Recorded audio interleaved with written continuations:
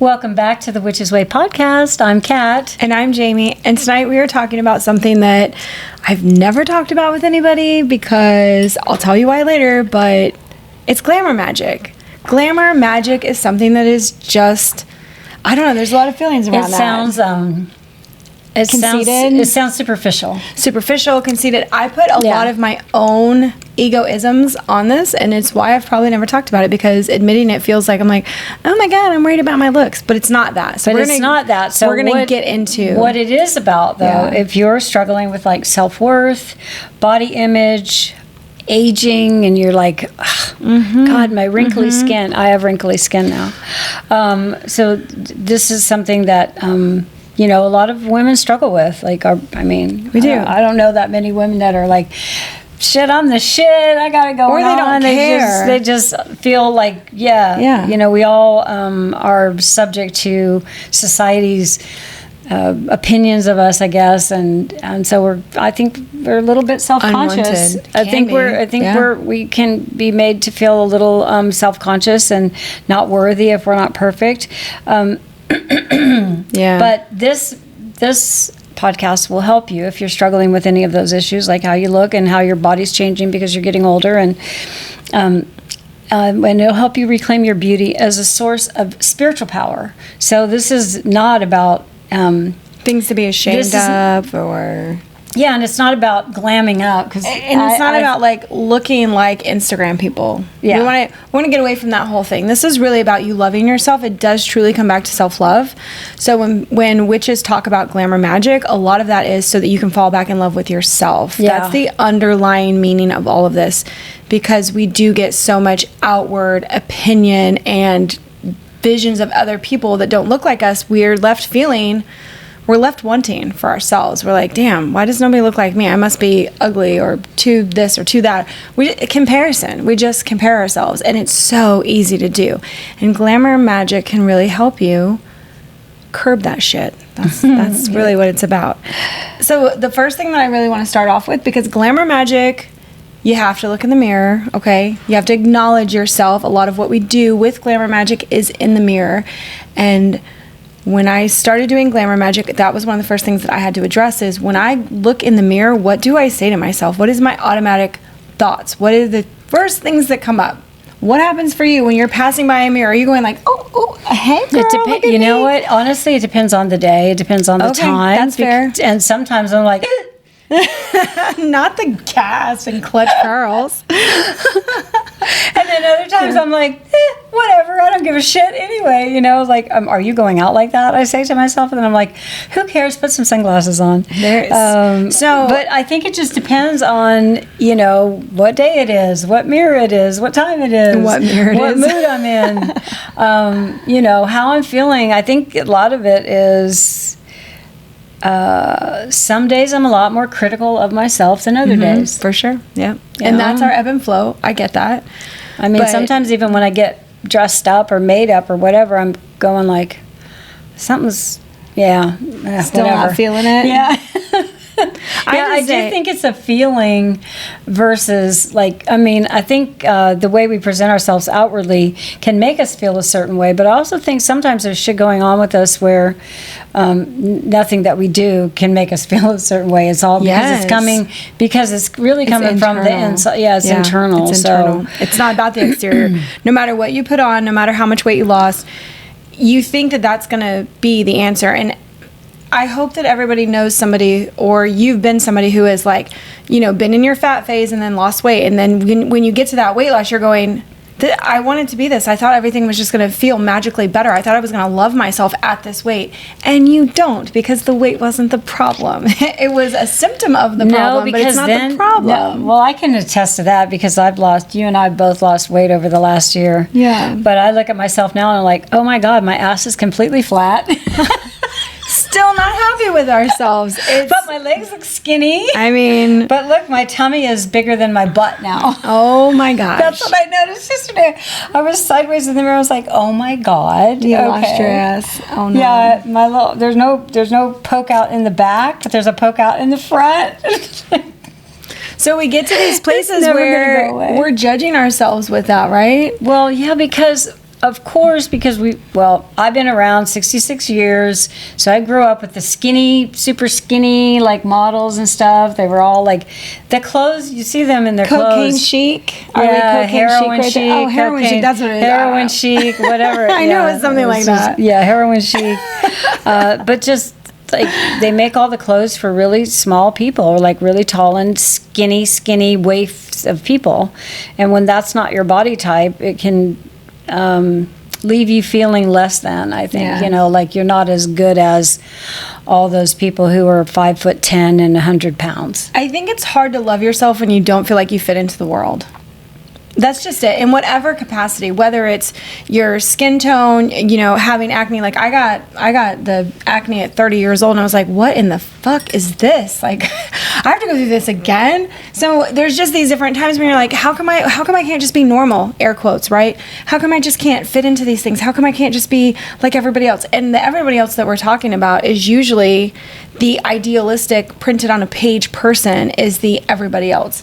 Because when we walk around in normal life, it's not like you see a bunch of Victoria's Secret models stopping at Starbucks, and like that's not who's in the grocery stores with us.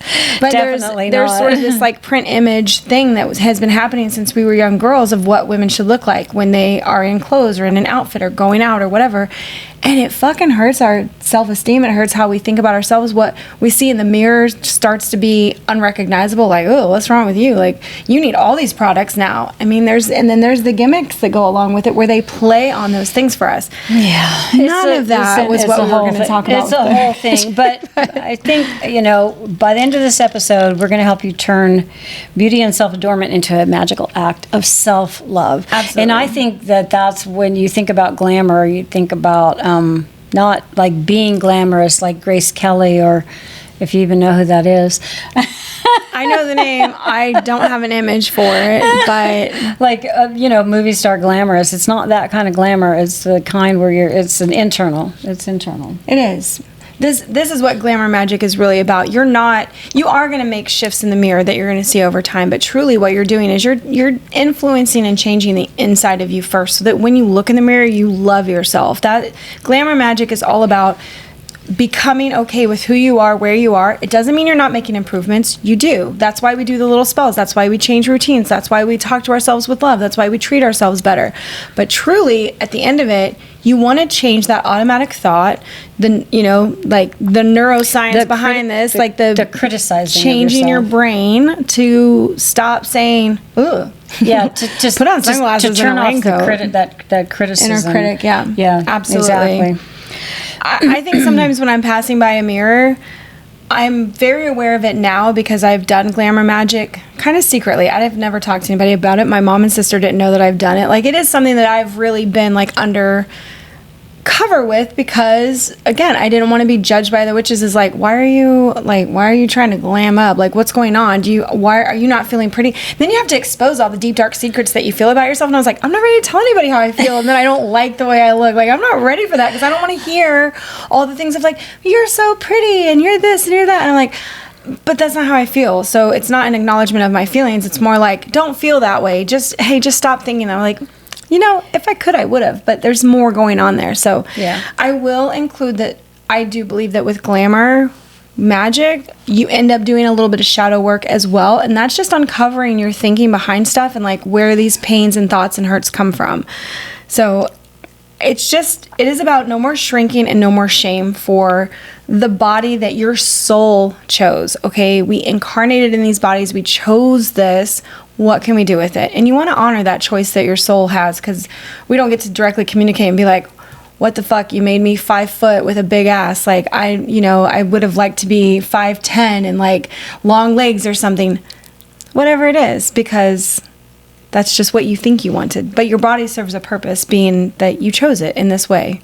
Yeah, and I think the other thing that doesn't help us is like, we don't know why we chose to come back as who we chose. Body. Yeah, the way that we did. So we're like, when you think you about got a problem with it. Yeah, like, why would you pick like this to have a struggle with your weight? I got a bone to pick with you. You know, to have a struggle with your weight your whole life. You know, right. I mean, that's been my life. Like since I've been a teenager, you know, I've had to fight my weight. It's like, why would I pick that? Why would anybody pick that? But there must have been a reason for it. So here we are. And we get into other things where, you know, why would you pick to have? Why would your soul have picked to have? I think back to the books. Shit. I hate it when my brain just shuts down on me. The Journey of Souls? Journey of Souls and stuff. They go through, like, body picking in some of the books. There's, like, 4 books. But in one of them, it was that this little girl played with a lock when she was, like, 6 years old, fell out of a carriage, and then was, like, dismembered. What is it called? When you got, like, disabled? Not disabled, but she was disfigured. That was the word I was like. She was disfigured. Not horribly, but just to where she couldn't walk long distances, so she never got married. There was just all this stuff with her. In that lifetime, her whole goal was to become like very mentally acute. So it gave her, by having that disability, it made her spend a lot of time with books. And this was a thing to grow her soul. And we don't think about things like that. We think about how unfortunate we all must be to have things wrong with us, rather than how it's a gift in other ways. We're going to move right along though. Because I know I can get stuck on these things forever, as you guys know. Bringing up the mirror thing, because that was the first thing that we talked about, was what is our relationship with mirrors? Mirrors are portals, magical portals. They're a gateway between us and our physical world, between our physical world and other dimensions, spiritual and otherworldly realms. They're also a window into our souls. Yeah, like our eyes. You know, you stare at yourself with the eyes, it's a window to the soul. They can also be a reflection of our spirit and our soul. Mirrors allow us to look at ourselves deeply. I sort of have this weird thing. When you stare at yourself like eyeball to eyeball in the mirror, does it feel weird? Do you ever get this weird sensation or like weird I think I would if I did that, but I don't really spend a lot of time staring at myself and my eyeballs in the mirror, so. Well, now I'm going to have to get you on with some practices for Glamour Magic. I didn't prepare Kat by having her. Yeah. Is that what you do? Yeah, you stare at yourself. Well, I've done rituals where like standing naked in the mirror and telling myself I love myself, like looking at every single thing that I'm probably like, ew, ugh, gross. Like I'd change that. I'd nip and tuck and whatever. To me it seems like the thing would be to accept. There's an acceptance, you know, that you're fine the way you're made the way you're supposed to be made, the way you chose to be made, and there's acceptance in being individuals, or there has to be acceptance in like. You don't look like everybody else. You're not supposed to look like everybody else. The world would be so boring if we all looked alike. Yes. I think that what changes is when we're looking at ourselves, we're wanting to be accepted by others more. We think that we would be more liked, or we would be more successful, or we would be more something if we had a different look, if we could fix this, if we just didn't have that. If, you know, and there's even things with relationships. Well, I'd have the love of my life if I didn't have, you know, like... whatever. So yeah, imagine my age, I definitely have concerns about getting naked, you know, with a man, because I'm like, probably want to be covering up the jiggly parts and the parts of you that have made it through 66 years of life. And then I think about what a man my age probably is going to look like. I'm like, wait a minute now. Maybe I want him to cover up. He's not 30 anymore, you know. It's when we're staring at ourselves and you listen to all the things that come up, you can start rewiring the thoughts. But the first part is like really looking at yourself and being honest with what you already think. What are your preconceived notions of yourself? What do you say? Like with Kat, it's like, yeah, I'm like, oh, I don't know if I wanted to show all these jiggly things. But if we can acknowledge that, so step 1, standing there and acknowledging the things about yourself and what you actually say, and then starting to rewire that, you know, like really tell yourself, hey, look at what this body has done. Look for me. Look at all the things that we've been through together. Think about your body as literally the vessel that carries the soul that you are. And one day the purpose with you and it's going to leave, right? That's when we cross over. That's when we're able to die and move on, is we no longer need the shell of the body that was holding our soul. And we'll be thankful towards it. We'll be like, thank you, body that allowed me to live however many years we did. Carried me. Yeah, all the things, all the experiences that you got to have while in that body. But it's clearing out our just shit little la la la la la la, all the stuff in our head, that happens. Yes. Clearing that out is huge. That will have a dramatic effect on how you feel when you look in the mirror. That is a sort of magic. Now, bringing actual magical practices into it to help us, of course, is bringing in all of our lovely little things, right? But what I like to think of when I get in a really bad place with my body, my head, my hair, my whatever I don't like about myself, as you guys know, cutting my hair off has not been easy. People ask me still, it's only been, I don't know, like what, 3 weeks, 4 weeks? And my husband just asked me, he's like, are you used to your hair yet? And I'm like, nope, still hate it, don't like it. And I know I shouldn't say those things about it, but I'm like, I wake up in the morning and I think that my hair is pinned up and I go to like let it down. I'm like, oh yeah, there's nothing there. So fuck you. Like it just makes me annoyed all over again where I'm like, here goes the long journey of growing out my hair again. Like, no, I'm not happy about it yet. And that's why I say I'm not used to it yet. There's always a yet. If you can't convince yourself of the new thought, I don't like it yet. Like, then you'll get there. Because yet at least gives hope for the future. But what I like to think of is that imagine if you were to look in the mirror and staring back at you was not just your reflection, but it was the goddess who was like, when I made Jayme or when I made Kat or when I made Tracy, guess what? I made you perfectly for what you were going to do in this lifetime, and I really want you to honor that body. I want you to go through all the things. It's going to teach you stuff. It's going to take you places. It's going to be fucking hard sometimes because life is supposed to be hard because this is the learning classroom. But still be grateful for the body that I gave you because I believed it was perfect for you. Like, I imagine the goddess saying that to me, like, hey, I made that. Don't shit on my parade or rain on my parade or whatever they say. Mm-hmm. Like, I wanted you to go through, to like have this as a gift to do all these other things. It has so much more purpose than just being ready to put in a magazine sort of thing. Yeah. There's so much more to it. What do you think the goddess would say to you if she was staring at you in the mirror? You're perfect just the way you are. See, and if we think of that, if we think of our reflection as the goddess staring back to us, and what would she say to you? She would never diss you and be like, girl, you got fat. Girl, your titties are sagging. Girl, you gotta... Girl, you got old. You might as well just crawl under you need a rock and die. Botox. Girl, you need, like, I don't know, you all need the a things. facelift. She's not going to try to sell you shit. She's not going to be that, like, QVC, here's all the products you need to stay 23. No, yeah, she didn't intend us to like stay. 60. Right. She's like, why are you looking so old at 66? Huh? What'd you do? What? You didn't take care of this body right. No, we did it exactly how we were supposed to. Oh, my goodness. Can you imagine the goddess on QVC, like, selling you shit? No, I can't imagine that. That's actually quite it's hysterical. Hilarious, right? Yes. Yeah. Where are we?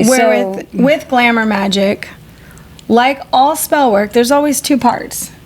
There's always two parts. Are you on number 2? Oh, I don't know. Why does your iPad look different than mine? Because it's not as wide. Mm-hmm. I don't know. I can't ever look at yours. Your iPad will confuse me if I look over at yours because it doesn't look the same. Yes. No, I was just saying, like the Glamour Magick is 2 parts because we just went through sort of like what's in our head. And now it's like focusing on your inside, right? That's what's in your head. And it's your intention and your thoughts and your feelings. And then focusing on the outside. Focusing on the outside, which is your actions, your habits, and your rituals. Yes. So like spell work, where we've got the intentional work of doing the spell and sitting there and writing stuff and burning the candle and having all of our, tools and associations around with it. After the spell work, what do? You have to do what we call the mundane work, right? Air quotes. But you've got to do the other things, the actions. You got to take action on the things that you want. So say one of the things that you really want to do with loving your body is you want to take better care of it. You don't want to fill it with, like, for me, I can only talk about me because I can't assume anybody else's journey right now. But there was a time in my life where I didn't eat so well because I was in a job where I worked 7 to 7 and like eating at work was really difficult. And then when I got off work, all I could think about is like having a beer at the bar. And it was like, then what's at the bar? Junk food, a pretzel. Like I was shit to my body for about 2 years in a job that was very stressful. And I was like, I'm just surviving and that's okay. But when I got out of that and I maintained the habit and I was no longer like go, I started to pack on the pounds. And I had to acknowledge that my my actions for what I truly wanted, like I wanted to be healthier, and all I did was think about being healthier. I didn't take any action to be healthier. So our thoughts need to align with the actions that we want to do. So if it is losing weight, because Kat and I have struggled with up down weight loss our whole lives, you got to get them to the same place where your internal thoughts are supporting your external activities and vice versa. The outside stuff is kind of easy, or mostly common sense. Yeah, there's a lot Glamour of stuff out Magick there. is focusing on looks and how you feel about yourself, like the products that you choose. We actually brought some demo products here too. Brought some ideas, of how to charm them. We're going to do that in Charming It. Is that what we're going to do with them? We're going to charm them. Yeah. So this is where the internal side of glamour work is really about figuring out how to switch out your internal dialogue. Change something. But I want to bring the mirror out first, because it's one of my mirror work is probably mine, with mirrors being portals. Yeah, I didn't know if we could shine it at the camera and all the things. But when you get a handheld mirror, and you can do like really pretty ones, you could dress it up, you can make it fancy, you can make it witchy, whatever it is.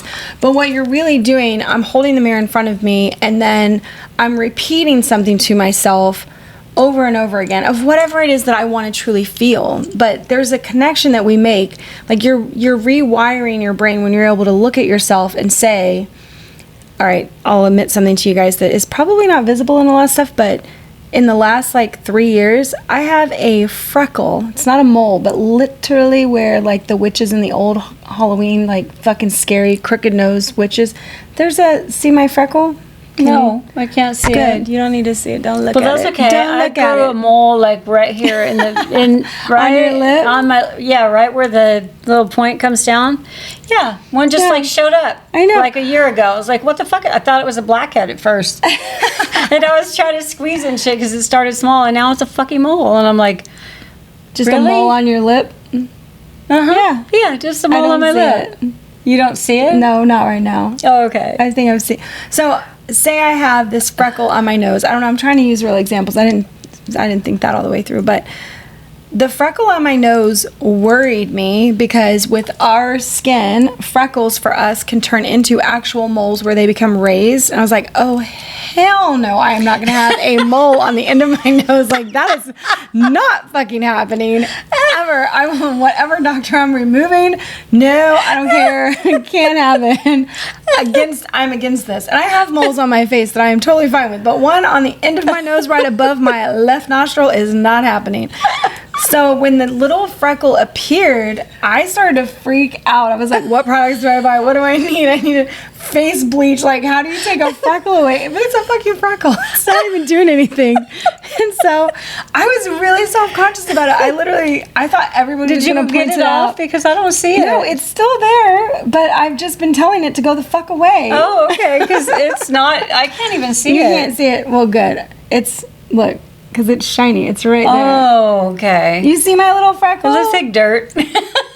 Even better, you guys. Now I just have a dirty nose where it looks like I was sniffing the ground.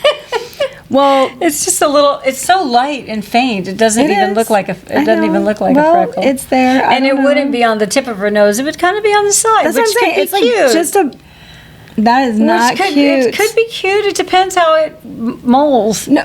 Wow.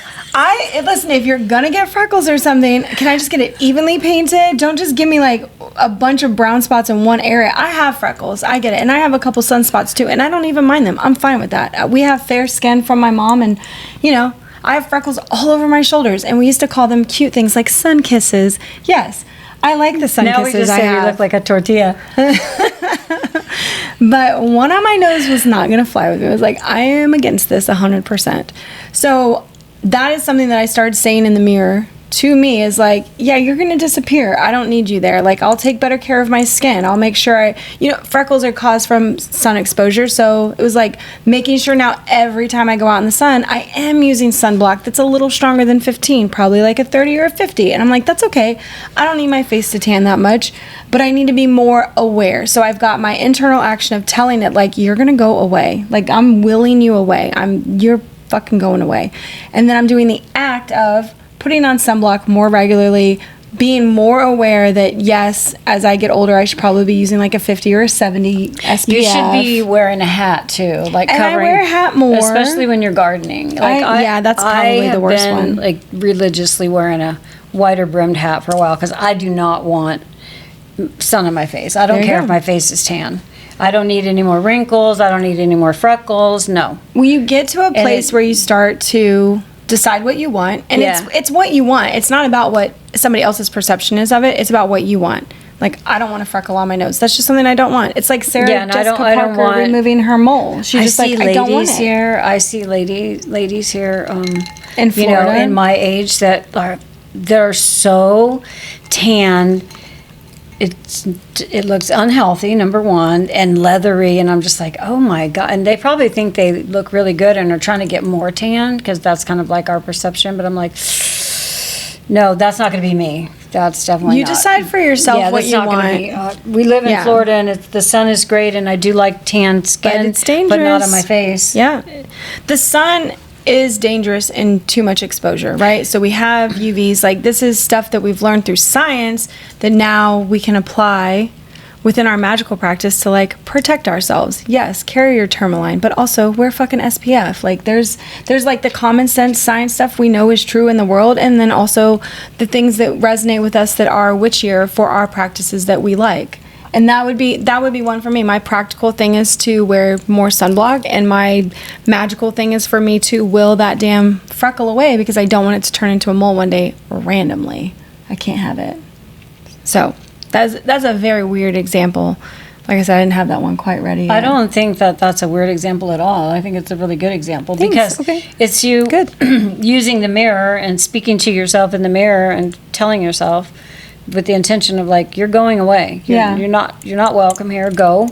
And that's magic. That's the part of glamour magic, because we forget that we can manifest like that we can actually alter and change things. Is it immediate, like in the craft where she changes her hair color? No, it doesn't work like that. But over time, as you tell yourself something, you're going to believe it, and that's what you're gonna see, you know, and that alters everything, because words alter physical manifestations, in my belief. So the other thing that I used to do, and I haven't shared this yet, but my biggest glamour magic that I used for years leading up to all of my hair falling out and now having to get it cut off, is my hair is really wild and crazy, and I used to talk such shit about it. I used to be like, oh, my hair is awful, like the texture of it is, it's so frizzy and it does this and it's fluffy and I used to really bitch about my hair a lot. And then finding glamour magic in a way that felt good for me, because at first when you hear glamour magic, you're like, oh, you just want to be pretty? Like, oh, cool, well, how does that help you? It's not about that. It's about loving yourself. So I was like, I really want to love my hair. Maybe if I love my hair more, it'll fucking act right. Like, maybe that'll happen. And you know what? It did. I have this amazing picture of me from hating my hair to starting to like actually go to a salon. That's my mundane actions. I go to a salon. I get it cut regularly. I, give it some kind of treatment that she puts on it that's like an oil thing, not a blowout, but something similar. And my hair went from looking like a raggedy homeless dog to looked really good. It was shiny and healthy and all the same length and like flat, and everything looked really good. But what I did magically for myself, the internal thing was, when I would wash my hair, I would talk to it. I don't know why this sounds crazy, but it's not. I would talk to it and I would say, like, I love my hair, like, oh, thick and long hair, like, I have great hair. I would say the things to myself that I wanted to say about my hair, even though I don't know that I believed it was true right away, but it fucking became true. Well, in our spell work, we do that. We say the things that we want to happen. That aren't true yet. That we don't say the things that we don't want to happen. Right. We say the things that we want to happen, and we repeat those things sometimes as mantras, or, we repeat the words that after we set a spell. So, I mean, it's the same thing, talking to your hair, and, and it did change your hair. It changed my hair. I should post the picture. I know that, because I watched I wasn't like, oh, look at her hair change today. No, but over time, I saw it. And I have a side-by-side picture of it. I also saw a change in you with it. Like, I didn't talk bad about it anymore. You stopped talking shit about your hair. I did. If you're ever talking shit about any part of yourself, that's some shadow work there. You're feeding it that negativity. Yeah. So like you're just like you're manifesting what you're saying. Yeah, absolutely. So if you're like, fuck, my hair looks like shit. Yeah. No matter then what you do, probably your hair is going to look like shit because you believe it looks like shit. You're saying it looks like shit. You're bringing it to you. Or I'm fat. So yeah. And then you go eat some ice cream. So yeah, you support that within your actions. Yes. You know, because we tend to do the things that when we're talking to ourselves with those sort of negative, we're reaffirming whatever are these deep-seated things that are inside of us with these negative words. We're all that energy is just being like, oh yeah, now I got a place to live right here with you. Yeah. Well, like attracts like, right? So if you're saying all the negative things, you're going to get all the negative things. Just like if you're feeling really bad and awful, you're going to attract people who want to treat you bad and awful. Like the bad situation, you're fucking the days when you're frustrated and your sweater catches on every doorknob. Like that's one of our funniest examples because that happens to my sister. Her energy radiates like that, where if she's frustrated, every single thing will start going wrong and it makes her blow up. Like, because it happens really fast with her. Her energy is pretty wild. I had a story about her though that I don't think I told you. This was just 2 days ago. I don't know, but it's funny because she's starting to do videos, right? And of course she's like, you're an expert. I was like, no, the fuck I'm not. I just do stuff and then that's it. Like I'm not, there's nothing to become an expert on. You just start doing it and then you become more comfortable. You do it scared, basically. You just do it even if you don't believe in yourself. You do it until you get comfortable. Eventually you just keep doing it and then finally and you're then like, you're there. What's the big deal? I know. I made such a big deal out of this for such a long time. And then one day you realize, oh my God, that was all in your head. Yeah. It's the things you fucking tell yourself. It was really in my head. It truly controls you. Your inner thoughts truly control how your life goes. So I'm sitting with her the other day, and she's wanting to do a product review or something, and then she goes, "Well, I can't do this video because I just hate my voice. I sound like a man." And I looked at her and I go, I know that that's not right because you have never been told that you sound like a man. Nobody's ever made fun of you for that. Like, and I basically called her and she goes, all right, you're right. Nobody's ever actually said that about me. I was like, okay, so if you sounded like a man, people would fucking rag on you for that. Like, people would be like, are you a dude? Like you would Where's hear your that. Adam's apple? Right. You would hear that. And I told her, so then I flipped it and I was like, unlike me, when I was a teenager, people used to say I sounded like Mickey Mouse or Minnie Mouse. So I was very afraid to put my voice out there, as my young self used to get made fun of for my voice. Like, literally a guy I was dating was like, you have the most annoying voice I've ever heard. I was like, it's really fucking hurtful. But he was a mean asshole and we can just move on with our lives because his opinion doesn't count. So, but for her, it's like calling her out on her shit. Sometimes when we let other people know the stupid things we say about ourselves, they'll call you out on it and be like, what? Where did that crazy idea come from? Like, what? And it's really interesting when you have a group of women around you or just another woman around you and you tell her your fears, she is totally going to be like, that is not true. Here's all the reasons why it's not true. Actually, this is all in your head. It's a facade. Let's work on this together. Getting around the supportive women. Yes, I'm all about that. So let's talk about enchanting ourselves. Yes, and our products and our tools and anything else that you want. This is the magical side of this, okay? Okay. Enchanting. I think everybody, you ladies, witches, I'm sure you understand what we're talking about because I don't know. I know very few women who are like supremely 100% confident. We've all got it. We've all got those parts of us. It's the human thing. We've all got those parts of us. For comparison, yeah. Somebody told us one time that we weren't something, and that those hurtful words stayed with us. Yeah. Like somebody telling you that your voices sound like you have an annoying voice. That stayed with you. You'll never 100%. Forget that comment. I'll never forget it, and I hope that one day. Well, I am laughing about it now. That's all I can really hope is like it stayed with me for a long time. It kept me small, kept me afraid. But then I started speaking with Toastmasters and nobody goes, oh God, I'm really glad she's done talking because that was fucking annoying. Like nobody said that. On my comment cards, nobody was like, you should work on your pitch and tone. You should go to a voice coach. No, nobody said that. Yeah, amazing. So, amazing. Dude was an asshole. But anyway, moving on. So we are going to enchant some tools. Yeah, I want to show you guys. And this, I forget, we're on a podcast, but this video gets uploaded to YouTube. So to enchant tools, I'm going to show it and walk through it. But I'm going to use lips for a second. I don't like the fascination with big lips and all of the lip products and all the lip things. And I don't actually like lipstick. I don't like wearing lipstick. I really don't. Well, you know what? The fascination with the big lips and the injections and everybody putting stuff in their lips and plumping them up, it makes me self-conscious about my own lips. For sure. And I hate that. There's nothing wrong with my lips, but then I see them and I'm like, where's my top lip go? Listen, I don't care one way. So this is like the outside world dictating to us what we're supposed to look like. What does it look like? And it's hard not to get sucked into that, but...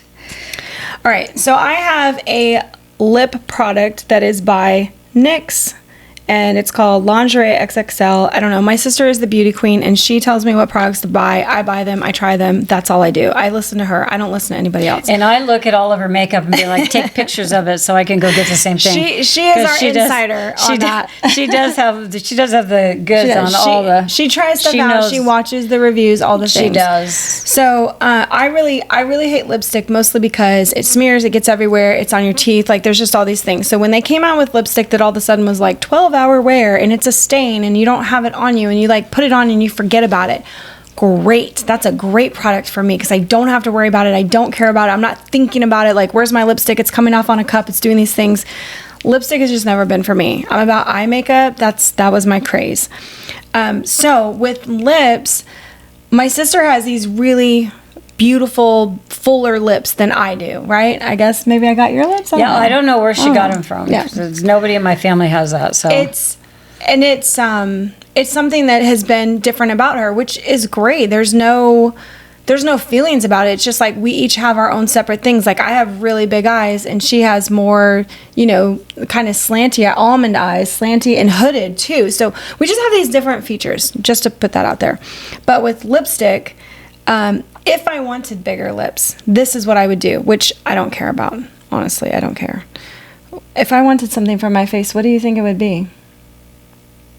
The freckle on my nose. That's really... I go back. I'm like, that is. I don't want anything on super your defining. face. Yeah, like I don't have anything where I glamour my face. I have my hair that I glamour. Well, no, your eyes. You always make your eyes really like pop out. No, but I mean, with Glamour Magick. Oh. I don't have anything that I've done on my face, just so you guys know, that I use Glamour for besides hydration, maybe. Acne would be one of them. Like, I've dealt with adult acne a couple times in my life, probably just due to stress. And now that I'm going through like perimenopause, all of a sudden this last week, my whole chin broke out for no reason. I was like, where the fuck did all this come from? Just crazy. I bought, new product that I love, little pimple patch things. I don't know what they're called. They're these little circle things. And I don't care about wearing them out in public. I don't care. I saw something on her, like right here last week, and it looked circular, but I was like, what? Yeah. What is that? And she's like, it's a pimple patch. Like, oh, okay. It almost blended in, but then you could see it just a little bit, and it was so perfectly From far circular. Away, you can't see it. It was so perfectly circular that I was like, what is that? Yeah. I didn't know they have those little things. Listen, did they come in different skin tones? They come in like, no, that one's clear. They come in different sizes and shapes, and they got color ones. And I actually learned about this from Tony's granddaughter, who came here with she had little star stickers on her. And I was like, that's the fucking cutest thing ever, because they were stars. I didn't know they were for pimples. So I just thought they were these really cute little face stickers. I don't know, but it stayed on forever. Like, she went in the water, she went in the pool, and they stayed on her, and I was like, wow. And where she had them placed was just really interesting. She had like 2 by her lip over here, and then like 1 on her forehead, and I was just like, okay, like whatever the kids are into. I don't know. Because she's she's turning 13, or she is 13. Oh man, they're growing up so fast. But I got way off track with that. Okay, so what would I fix about my face? So I'm doing a lip one because this is not something that I would do for myself, but this is an example, is what I was trying to say. So I'm sort of doing something unauthentic because I wouldn't normally do this. But say I wanted big sister lips like my sister. What I would do with my product is when I bought it, I would put like a little altar with it and a candle, and I would give it a little ritual of like, when I use you, your purpose is to make me think of getting bigger, fuller lips. Like, this is what I'm going to exude. This is what's going to help. And this is literally like a lip stain. You could buy an actual product that's made to do bigger lips for that same thing. You could do that with anti-wrinkle cream. You could do that with the serum that makes longer lashes. Like, whatever the product is that you want the thing to happen with, this is the way to enchant it so that is what happens with it. You grab it, after you've, imbued it with your energy and given it a mantra. Give it a mantra. Be like, big fat fucking duck lips. That's what I want. And so when you put it on, that's what you're thinking. You're like, I'm putting it on now. No. Big fat fucking duck lips. Big fat fucking duck lips. Like that. And you put it on saying that. And now I'm not happy that I put that on my actual lips, so I'm going to wipe it off. But that would be an example of how you would enchant something. You give it a small ritual. You give it a dedication, like we do with our stones when we actually charge them and give them a purpose. And then when you're using it, you say the mantra with it. You do the thing. You do the mundane action. What? I'm wiping it off. Yeah, you are really wiping all of it off. Yeah, I don't, no. It's not for me. And it smells weird. But I do it when I go out for like date night. Like, lipstick for me is a once in a while kind of thing. And other than that, I don't care. And I don't want to think about it. I don't want it to become a thing. I don't want to have to fucking touch up like the whole, I'm going to go to the powder room, I'm going to fix my face. No, if I have to carry makeup with me, that makeup ain't good. You got to reapply it every 3 hours. Can't do it. That's why I never wore a lot of makeup, but anyway. So are we going to do other products? Show other products, yeah. So, okay. Oops. Oh, sorry. That was probably really loud. So with the blush, Kat's pulling out blush. So I have a blush and a brush. Blush and her blush brush. So what would you do before, when you bought it, you would do that? But if let's say you already have these things. You have it, yeah. Let's say you already have these products like we do here. You can do the same thing that Jayme said. You can...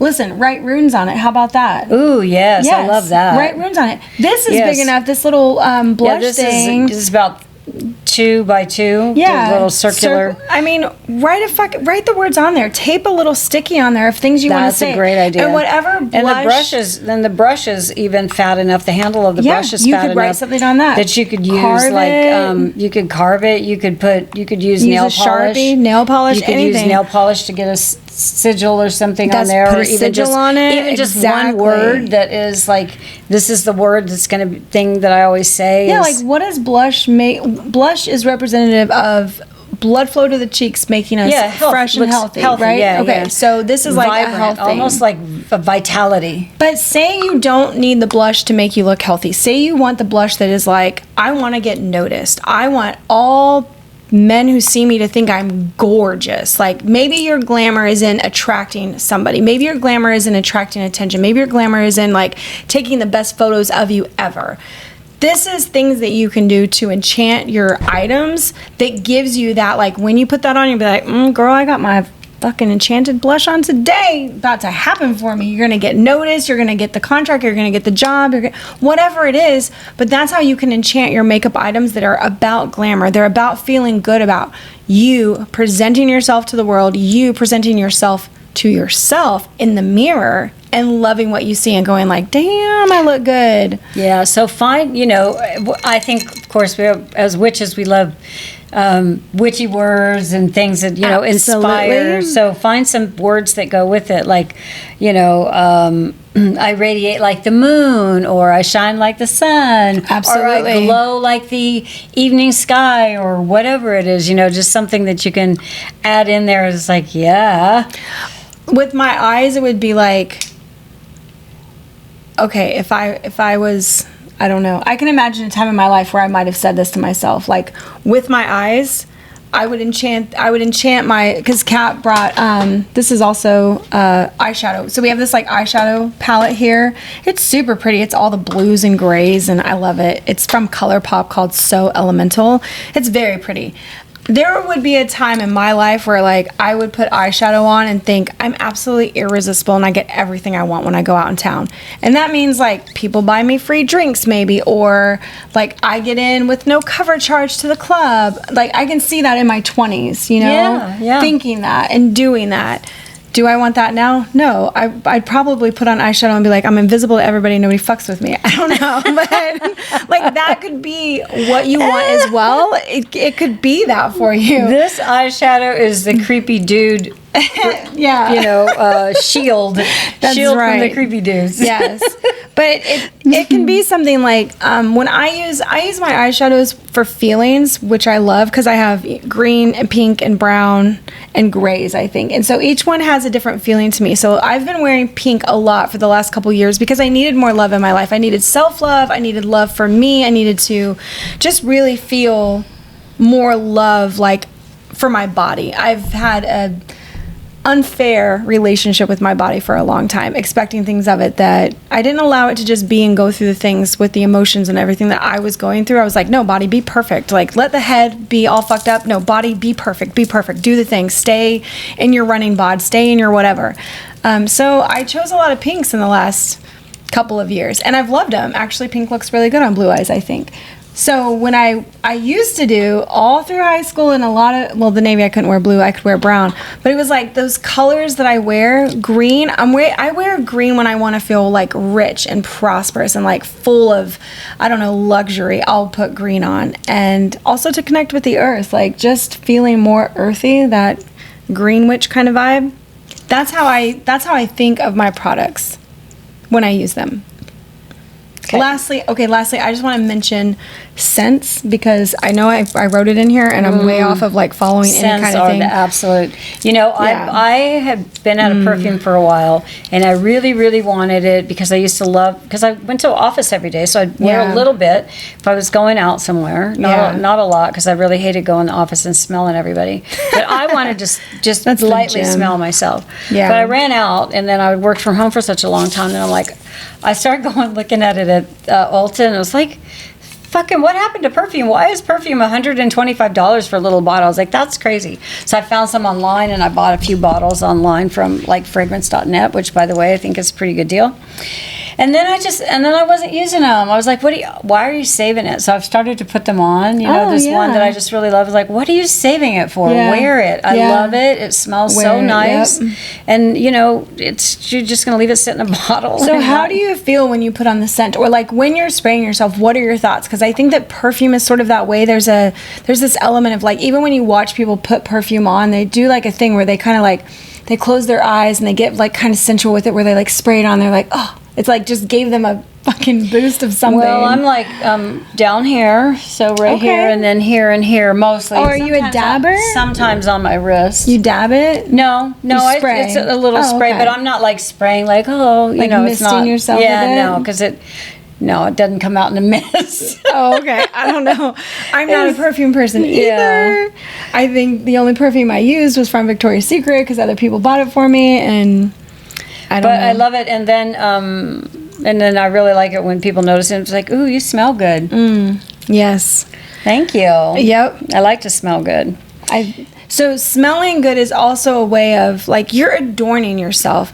You know, in these notes, you guys have to say, I went super nerdy with this at first, and I talked about how like the Egyptians did this, and we can go back 50,000 years to where we have archaeological findings where people were adorning themselves with paints and minerals from the earth before they did rituals like getting married or going hunting or whatever. You know, you see like the people look paint at Native their faces. Americans. They've always painted and adorned themselves with, it has meaning to it. Yeah, their headdresses and their clothes and every single thing they do has meaning. And it's really spiritual. It's a spiritual thing. It's not just like I want to look good. All of it is connected to spirit and their practices and their beliefs. And so the colors would have meaning. You know, I went into a whole thing about how long people have been adorning themselves, because when I think of glamour, when I used to think of glamour, I thought of it as a very superficial thing to just like be pretty, be accepted, like look good out in public.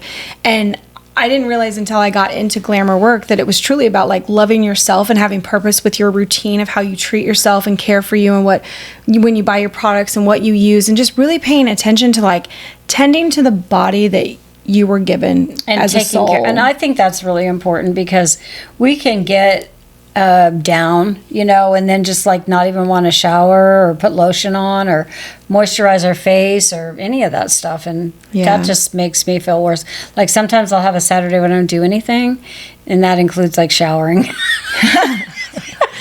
And are you saying that then you feel worse? Like that on Sunday she'll... Then on Sunday I wake up like, oh my God, what the hell was that? I got to do something. I laid in bed all day. I laid in bed all day yesterday, so then I'm up and moving around like, all right, that was it. But yeah, you sort of start to feel a little bit like a slug, Yeah. Like literally a slug. Slugs are cute. Would you be a slug or a snail? One has a shell, one doesn't. I know. Yeah. What would you be? I'd probably be a slug. I'd be a snail because I'm like a go into the hole person where I'm alone. That's a good question for everybody. Would you be a slug or a snail? Slugs are active. They go out together. They find each other. Snails are like retreat to their holes. Yeah. Oh, I didn't know why I picked slug. I just did because it's sort of, well, anyway, I don't know. If anybody has young children or grandchildren and you want a gift, this is so random. There is the cutest book that I used to read to Cameron when he was younger, and it is called Slugs in Love. And it is the cutest. It's 2 slugs in a garden who write messages to each other in their slug slime, and they're trying to find each other, and they leave these messages, and they're like eating the garden also as it goes. So it's just super fucking cute. It's called Slugs in Love. I just have to put that out there. It was one of our favorite books. I don't know why. We just loved it. I don't know that. I need to know it. Where's my great grandchildren so I can read them now? Oh shit! You stop it. That's too soon for that. Too soon. Yeah, for sure. Okay. I think the biggest thing to remember is that it's not superficial. I want to hit on that. When you're thinking of glamour magic, please don't think that it's superficial. This is really for you, and it is not for other people. A lot of times when we think of glamoring, we think of that what other people are going to see. But truly what it is like glamour is for yourself first, and then you will project what you are changing, right? You're going to do the inner work to see the outer work later, like all good spells. It's about seeing what you find beautiful, not chasing what others say it is. Absolutely. I'll admit, because how many looks out there would you go, I would never wear that. I would never wear that. I would never do that. That's not for me. So remember that each person's glamour magic is individual for them, and we're not all practicing in the same ways. And some of yours might feel like, am I crazy for doing this? Like me saying I talk to my hair. That feels slightly crazy to admit. I mean, my husband doesn't know that I talk to my hair.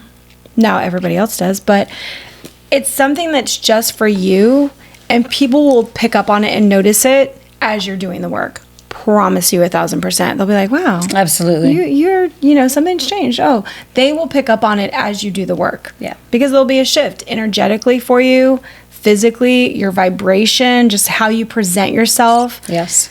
For some reason, even though confidence can't really be like bottled and sold, you can tell people who have it and people who don't. There's an essence about confidence. Yes. Yeah. Yes, I don't know. I wouldn't know how to describe it or say it, but yeah.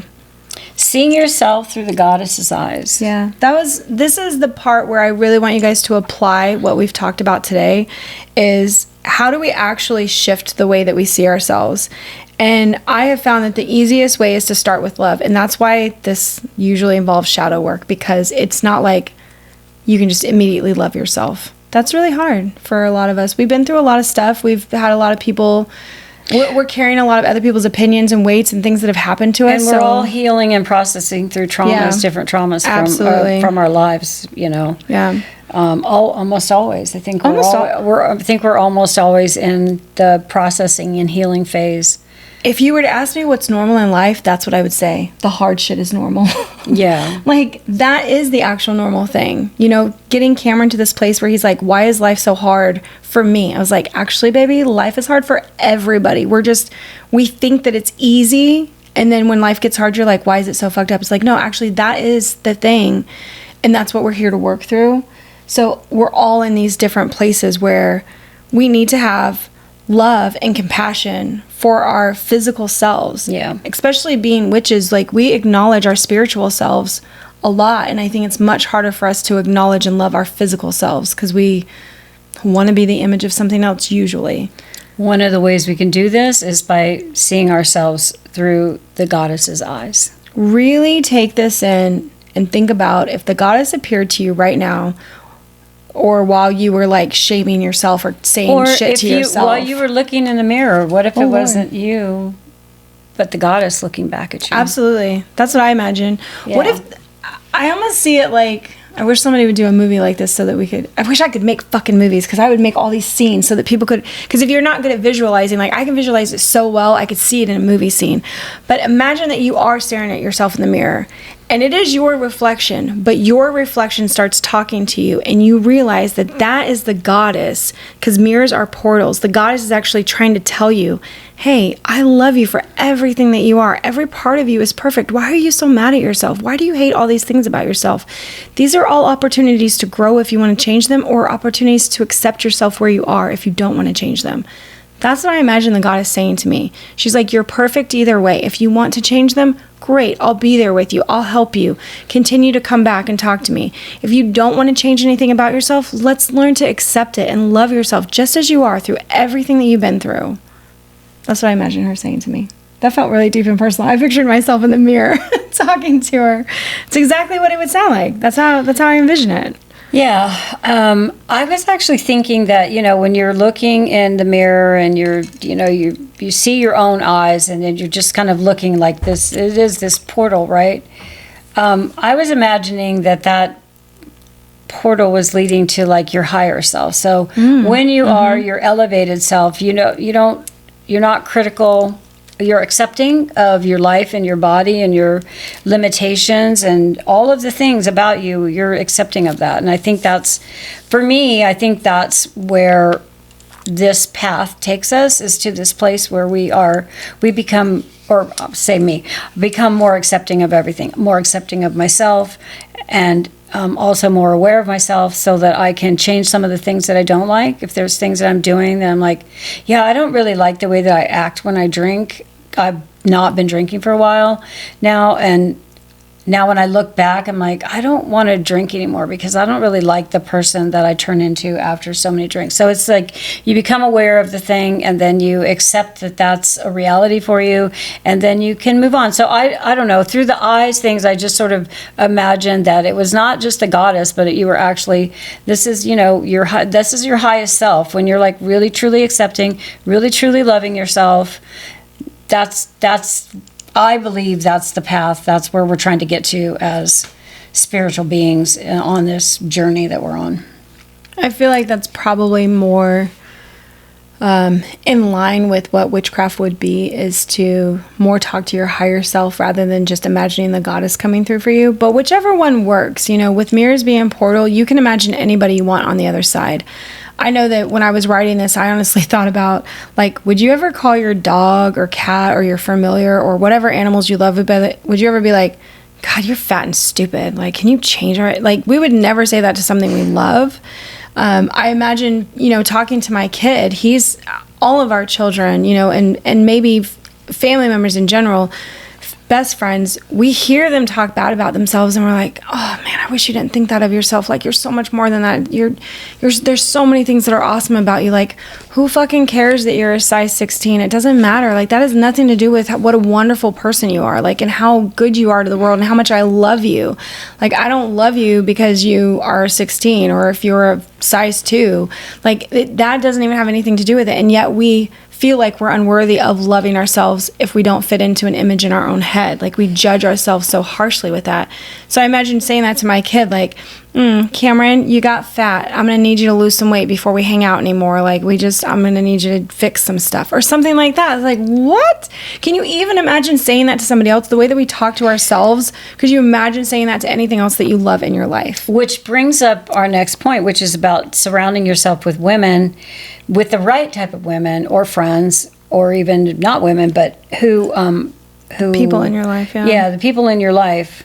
That helps too. So, if you're in a group of people who are judgy, if they're talking shit, if you're going out with your girlfriends and they're talking shit about some other girls across the bar, yes. Ooh, look at her and stuff like that, tearing other people down, that reflection is going to feel like that's going to feel heavy and uncomfortable and, you know. Because what we know is that if they're doing that to them, chances are that you're going to feel like, oh, if I don't do da-da-da-da, they're also going to judge me. So you start to feel this like, I need to conform, I need to be accepted. And you start living for other people's approval. So don't be around people who do all of that crap. Find a circle of friends that lifts you up and not tears you down. Yeah. And not just you, but all people. Women, but all people. Yeah. I don't know. Because we make fun of guys a lot and men and shit. So that's, you know what? It's true, but I don't make fun of guys for their looks. No, it's their actions. I don't really make fun of them for their actions. I'm just like, we talk shit about men. We talk shit about them because they act like shit. Yeah. And they treat other women like shit. Yeah.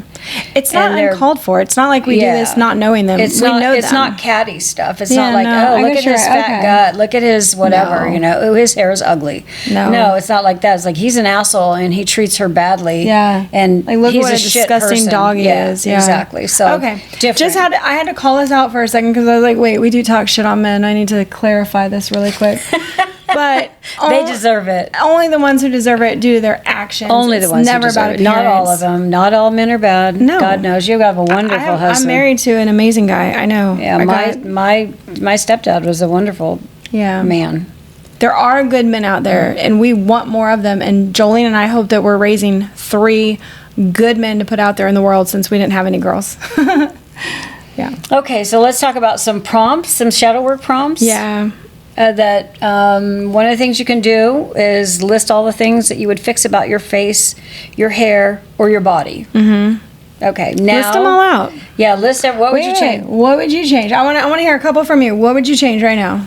I would get surgery on my arms so that they could be normal because they've always been chubby, and now that I've lost weight, it's like they're really, they're not attractive. In your eyes, yeah. Okay. They're not attractive in my eyes, and in fact, they're kind of an eyesore in my eyes. Okay. When I see them, I'm like, oh, go to the gym or something, but I'm not sure that I'm going to be able to make a huge difference in what's happening with my body. I'm 66 years old. My skin's going to wrinkle. My skin's going to sag. I'm going to look old, Hopefully, I'll get to reach the age where I look like an old lady. I don't think I do now, but it's a privilege to get old. Yeah, it's a privilege to get old. So, I mean, all the things that all the things that are ways that our body changes and how, when your body's carried you through this life for 90 years, what the fuck do you think it's going to look like? That thing has worked hard. I think I just don't want to be pooping myself. Like, that's my goal. Okay, that's everything else. I'm good. Fuck it. I don't care. But that's it. So list all the things that you would fix about yourself. Mm-hmm. Now, list all the things that you love about your physical self. Mm-hmm. Compare your lists. Yeah. Which one do you think's longer?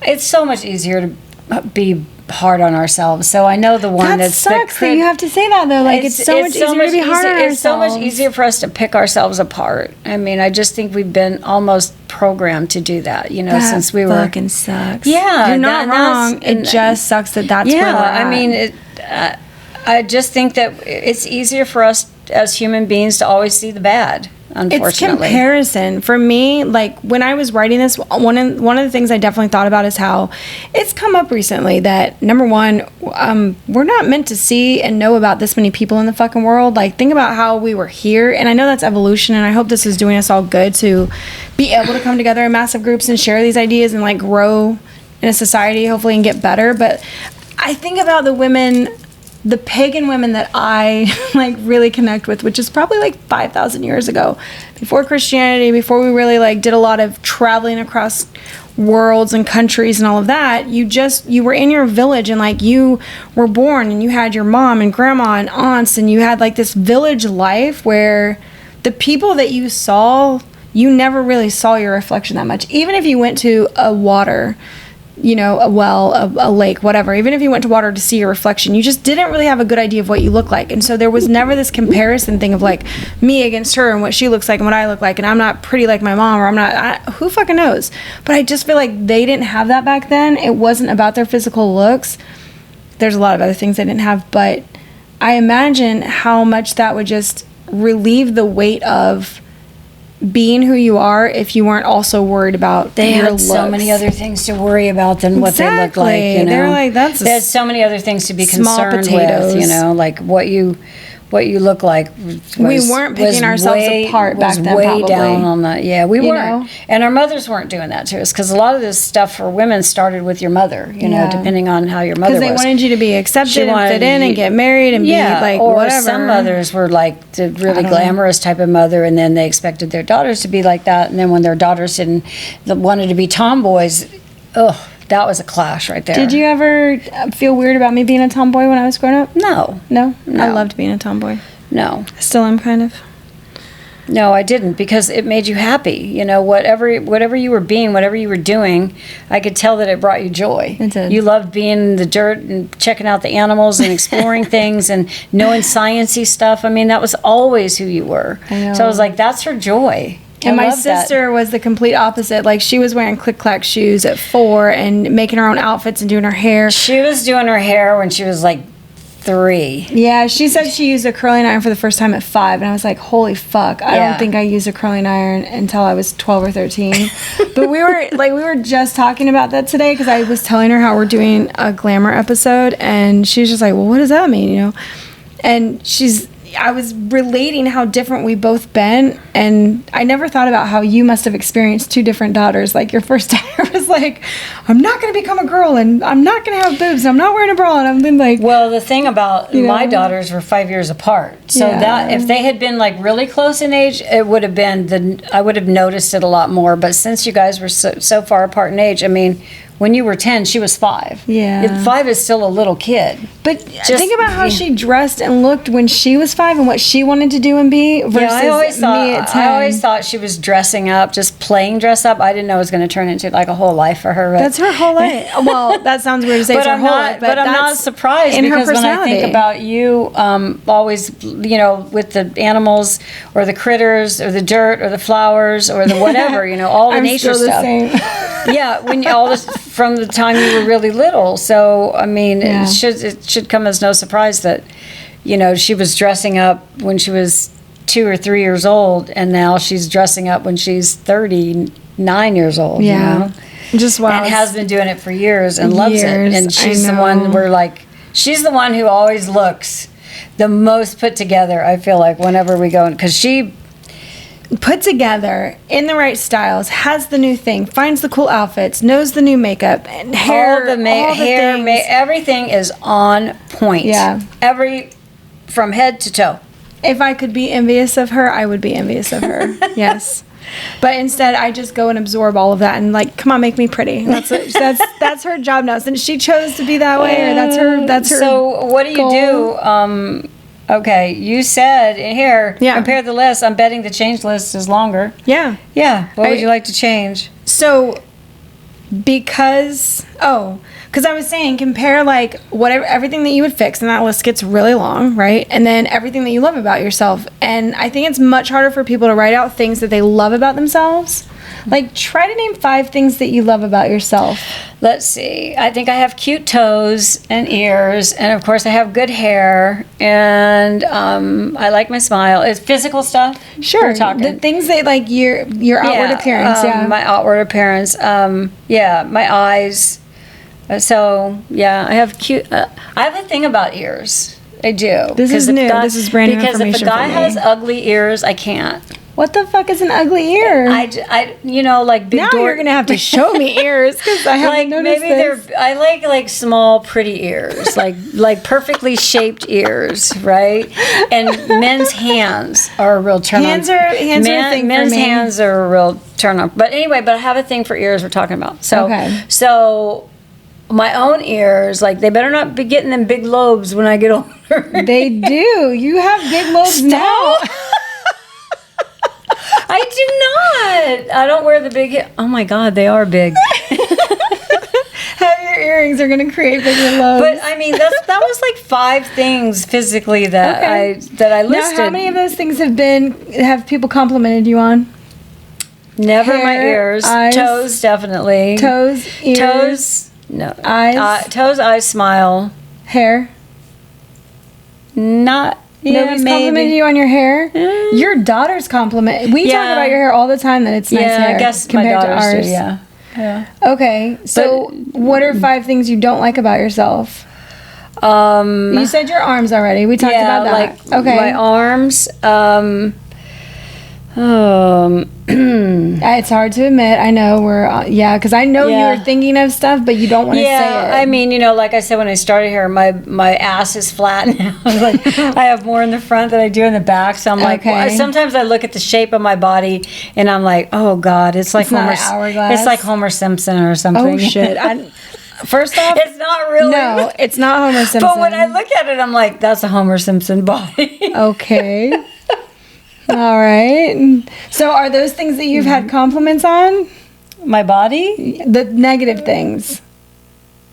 No. No, of course not. No, so nobody's going to say, I love your Homer Simpson body. See, that Homer Simpson belly looks great on you today. I love going around patting people's beer bellies and going like, look at this cute little thing right there. What you'll start to notice is that a lot of times the things that we really like about ourselves are things that other people have really liked about us. It's the things that we get compliments on. Okay?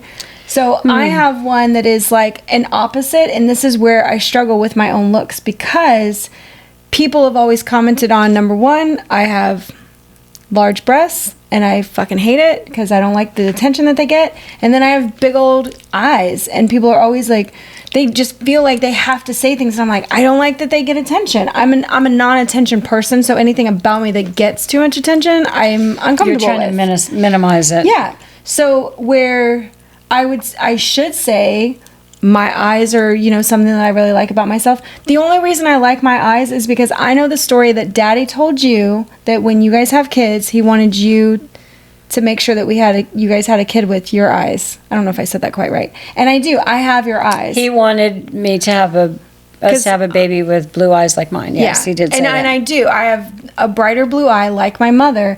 And that is why I like my eyes. Not because I actually don't like them because of how much attention they'll get. And I used to wear brown contacts, you guys, when I would travel. And like when I was in Japan, Iraq, Afghanistan, going through all these foreign airports, because I would get noticed for the bright blue eyes, I had brown contacts, like prescription grade brown contacts to blend in more.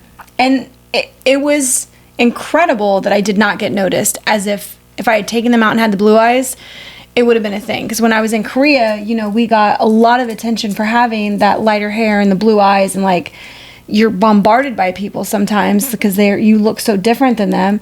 And so again, this is where I have to do shadow work around liking myself, because it got me the kind of attention I didn't like. That's what's hard about that. So wherever you're at in that boat, liking something that other people like, and that's great. It feels good, right? To be like, oh, this is something that's really pretty about me, or like this is something that's nice. This is a nice feature that I have. Yeah. I mean, I used to get like a car. My nose, I used to be super self-conscious about my nose, because when I was younger, people used to tell me that I was related to Bill Cosby. I know, it's fucking crazy. They used to say that I had a nose like Bill Cosby. It was so big I could pick it with my thumb. Kids are fucking mean. Damn. I know. So then, of course, I'm young. I'm like 10, and I realize I can fit my thumb in my nostril, and I was like, oh God, I have a horribly big nose. Like, can everybody fit their thumb in their nostril? I don't know. But obviously, I'm a freak now. I'm even blushing. I can feel the heat on my cheeks admitting that, because it was such a horrible thing to hear. And so what did I do forever? I was like, oh, I hate my nose. I hate my nose. But I didn't hate it until somebody told me that I should. So this is something where you can do shadow work around. What are the things you don't like about yourself? Did somebody tell you that they were bad? Did somebody influence that opinion? Or do you truly just not like them because, I don't know, you think they're not proportionate? Where are you getting the things that you don't like? So I can relate this to an experience of mine, being like 9 and 10 years old, and my mother had 6 kids, 3 girls. So 3 girls, and she kept all of our hairs in pixies, which is terrible. A little short. If anybody knows, it's like pixie. Completely short hair, right? Yeah. And I always wanted long hair, and all the girls that were my age were like had long. Most of them Nobody had a pixie but me. So I always, and my hair was like white because she was a towhead. I was a towhead, and it was white until I started getting into my teens, and then it started sort of getting a little bit darker. But when I was 9 and 10 years old, it was white like a sheet of paper. So when I see my school pictures, I'm like, oh my God, I was really ugly. You were so cute. But no, I don't ever remember anybody telling me that I was ugly. But what I do remember is comparing myself to what other people look like. I mean, like, I don't look like and plus I had a weird name. So my name was Katrina, and everybody else was Debbie or Karen or something, you know, like these normal names. So it was just like this whole thing where I never really felt normal, you know. I felt like I was like an outsider or something, like some kind didn't belong. Some kind of freak, you know. See, freak. So, they can pick their nose with their thumb. All right, so how do we start reclaiming our body as a sacred altar? Yeah, let's bring this back to like, let's do the work now. You guys ready? Because these are actionable items now. Now we've talked about all the things and all the ways that we got fucked up thinking about ourselves and all the influences and all the stuff that's actually not yours, that you should set down and pick up what you actually love about yourself and start to feel physically good about the body that your soul chose to inhabit for this lifetime. But go ahead. That's awesome. But here's the truth. Your body is not a project to fix. It's think of it as a sacred altar. It is. I mean, it truly is an altar, a sacred altar. And altars deserve beauty and attention and devotion, not punishment and criticism and hate. Ugly words. And hate. You know, like hate. Yeah. Consider how you treat yourself. Consider how you treat this sacred altar. Yeah. Nourishment. What do you eat? What do you do you drink? You know, or what do you drink? Do you move? Body requires movement. Yeah, your body needs to move. Yep. What about grounding? Are you staying grounded? Or are you feeling out of sorts? I just, my son bought me one of these grounding mats that you plug into a thing, and I put it underneath my desk. I put it under so my feet are on it now, and also every day I walk the dog and I barefooted at the park. So staying grounded is really and staying centered. You know, if you're feeling out of sorts, we need to come back to ourselves. Pull all the worry energy back to the center of yourself. Yeah. That's what centering is. I always find a peace or a center or a grounding when I light sage, or when I light candles, or when I go outside, or I spend time in nature pulling wheat, anything like that. I find it there. And then also not to forget dressing up and feeling, how are you taking the time and the care with the way that you look so that you feel good about yourself.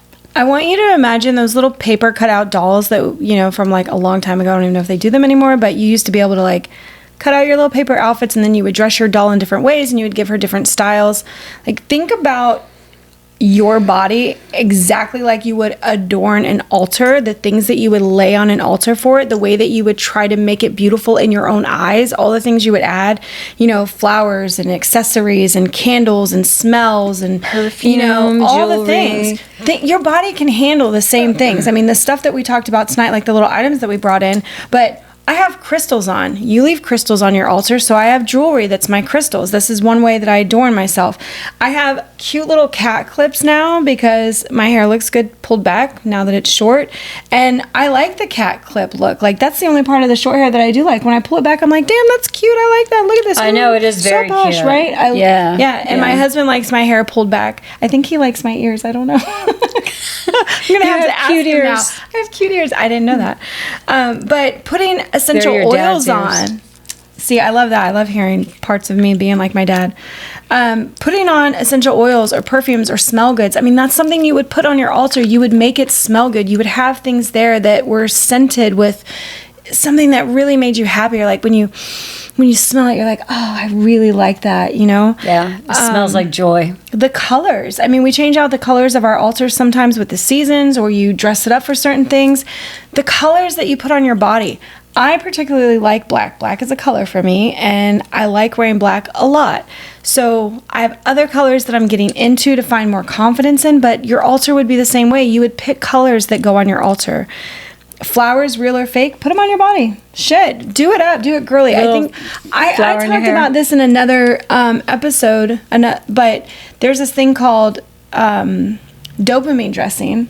And it's literally where you are wearing all the things that you like because you like them, because you don't care if you look like you're too much or what other people think of you. Dopamine dressing. And the girl who does this, she's like, who are we dressing for? We're dressing for the besties, because the girl who likes your outfit, that's your bestie right there. We're not dressing for the people who don't like it. Like, you go out in this awesome weird outfit and somebody's like, you look fucking cool. Like, oh my, I love your vibe. When somebody says I love your vibe and you are out in public, is that not like the best compliment ever? Because that's one of the best. They don't even say like I like specifically a certain thing. They're like, I like your vibe. That means my whole fucking get up is rocking it. It's killing it. And that would be a bestie of mine, because her and I, and that would be you adorning your altar. That's right. That's like our altars. We're like, you know what? I love your altar. Your altar looks amazing. Imagine if we went out and said that to other women. Like, I love the way you adorned your altar today, girl. It looks great. So I just think of textures too. I'm getting more into textures of clothes where I want to get away from the plasticky feeling clothes, even though the prints can be really cute and like things like sheen and whatever. I'm like, no, I'm going to adorn myself with fabrics that feel richer or more, I don't know, whatever. Yeah. I don't have all the words for that yet because I'm new to that journey of clothes and trying to like clothes, but whatever makes your spirit go like, yes, that is me. Not, ooh, is anybody going to stare at me? Am I going to stand out? Is this going to get approved? Is someone going to be like, what the fuck are you wearing? They're not for you. Dress for the bestie. I love that. I'm gonna have to link that girl's stuff in here somewhere. I like that. She's so cute. And you've seen these people that go out and they are like, they're wearing plaids with stripes, with they're solids, doing the most. with I love it. Pinks with orange and just all kinds of confidence right there. It's like all kinds of like this crazy sort of mixture of stuff, but it works and it looks amazing. And you're like, why couldn't I put something like that together? Because it's a whole vibe. Yeah. Because all of a sudden, you're not just dressing your body to go out in public so that you're not naked and flashing people. You're dressing for who you are. You're dressing a vibe way. And don't forget about sound, too, whether it's little chinkly, I don't have any bracelets on tonight, like but chinkly, rings, like bracelets or a bell, that with little bells or something. Or even like your AirPods for music. So when you're going somewhere, you're like, whoo, yes. A soundtrack that makes you feel good. Absolutely. Whatever makes your spirit say, yes, absolutely. That's me. It can be as simple as a spritz of rose water, a swipe of a lipstick, wearing a crystal or necklace. It makes you feel the main character. The main character. The main character. Most importantly, don't wait for permission. Yeah. No one else needs to approve your altar. If you're wearing a flower in your hair that makes you feel like a forest queen while you're grocery shopping, do it. Fuck yeah. I'm going to wear my flower crown out one day. I swear I'm going to do it. I'm going to do it, too. I'm going to do it. Listen, just so we can recap on everything that we've been talking about, because this is a longer episode. We're in it. We've been in it. We're in it. We're going to be an hour and a half on this one. Yeah, absolutely. But we want to make sure that you realize that we're turning the mirror from a critic when we see it, like this, all those negative things you're saying, into a portal. It's a portal for the goddess seeing us, our higher self seeing us, and really speaking words of love and affirmation. And like, you have a purpose here with this body, and this is the only time you're going to get this body, this person. This is the only Jayme that's ever going to exist. We're a once in a lifetime opportunity to live in this body, this life right now together, and to just claim our bodies as sacred altars, to see it in that way, to go, we're not made to look like anybody else. We're made to look uniquely for us. So this week, try a ritual or a spell, a mirror ritual or spell this week. We added one to the website to download. We did. I wrote a mirror spell for you guys. Also, we want to mention this is our 50th episode. It is. Woo! 50. Until next time, keep your cauldrons bubbling and your hearts open. And we will see you. Yeah, absolutely. On episode 51. 51. We love you guys. Mwah. Bye. Bye.